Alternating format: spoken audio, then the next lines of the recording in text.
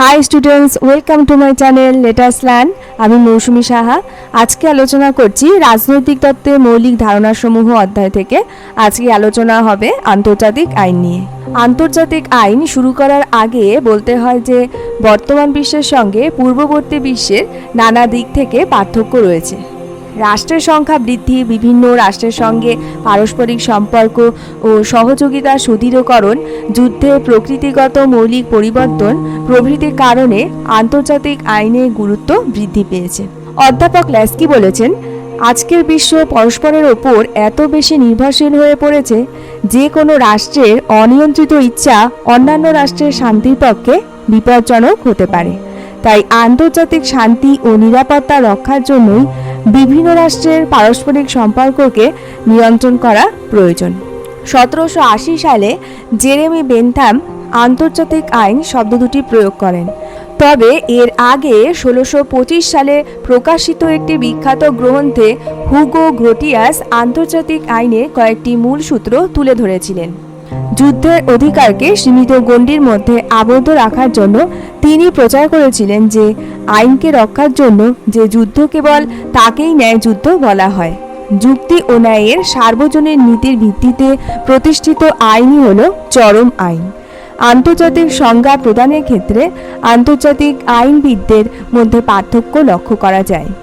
এই কারণে তিনটি ভাগে আন্তর্জাতিক সংজ্ঞাকে বিশ্লেষণ করা হয়। প্রথমে হচ্ছে সনাতন সংজ্ঞা। এই সংজ্ঞায় বলা হয়েছে, আন্তর্জাতিক আইন হলো সেই সব আন্তর্জাতিক নিয়ম, রীতিনীতি ও প্রথার সমষ্টি যেগুলি স্বাধীন ও সার্বভৌম রাষ্ট্রসমূহের আচার আচরণকে নিয়ন্ত্রণ করে। লরেন্সের মতে যেসব নিয়মকানুন সভ্য রাষ্ট্রসমূহের পারস্পরিক আচার ব্যবহারকে নিয়ন্ত্রণ করে সেগুলিকে আন্তর্জাতিক আইন বলা হয়।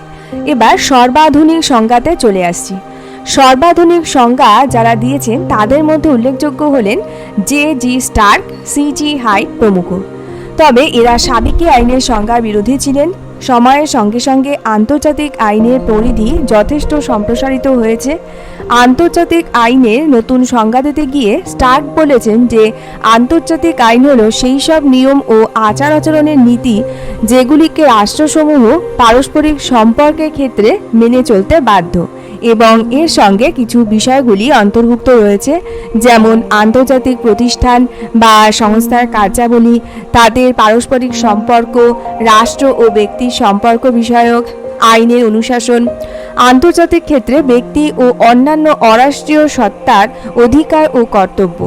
অতএব দেখা যাচ্ছে যে আন্তর্জাতিক আইনের সর্বাধুনিক সংজ্ঞায় স্বাধীন রাষ্ট্রসমূহের পারস্পরিক সম্পর্কের ক্ষেত্রে আন্তর্জাতিক নিয়মাবলীকে আইনগতভাবে বাধ্যতামূলক বলে বর্ণনা করা হয়েছে। এবার 3 নম্বর সংজ্ঞা অর্থাৎ মার্ক্সীয় সংজ্ঞায় চলে আসছি। মার্ক্সবাদীরা বলেছেন, যেরকম রাষ্ট্রীয় আইনের ক্ষেত্রে শ্রেণীচরিত্রের প্রভাব রয়েছে তেমনি আন্তর্জাতিক আইনের ক্ষেত্রেও শ্রেণীচরিত্রের প্রভাব লক্ষ্য করা যায়।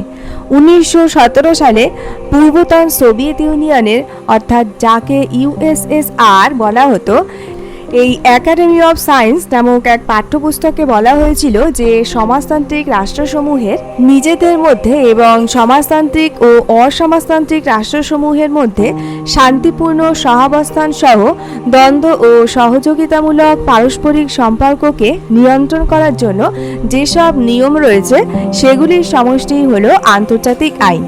তবে পরবর্তী সময়ে Soviet institute of international relations আন্তর্জাতিক আইনের যে সংজ্ঞা দিয়েছিল সেটি হলো আন্তর্জাতিক শান্তি এবং শান্তিপূর্ণ সহাবস্থান ও সমাজতান্ত্রিক আন্তর্জাতিকতা প্রতিষ্ঠার জন্য বিভিন্ন রাষ্ট্রের মধ্যে সম্পর্ক নিয়ন্ত্রণের উদ্দেশ্যে রচিত নিয়মগুলি হলো আন্তর্জাতিক আইন।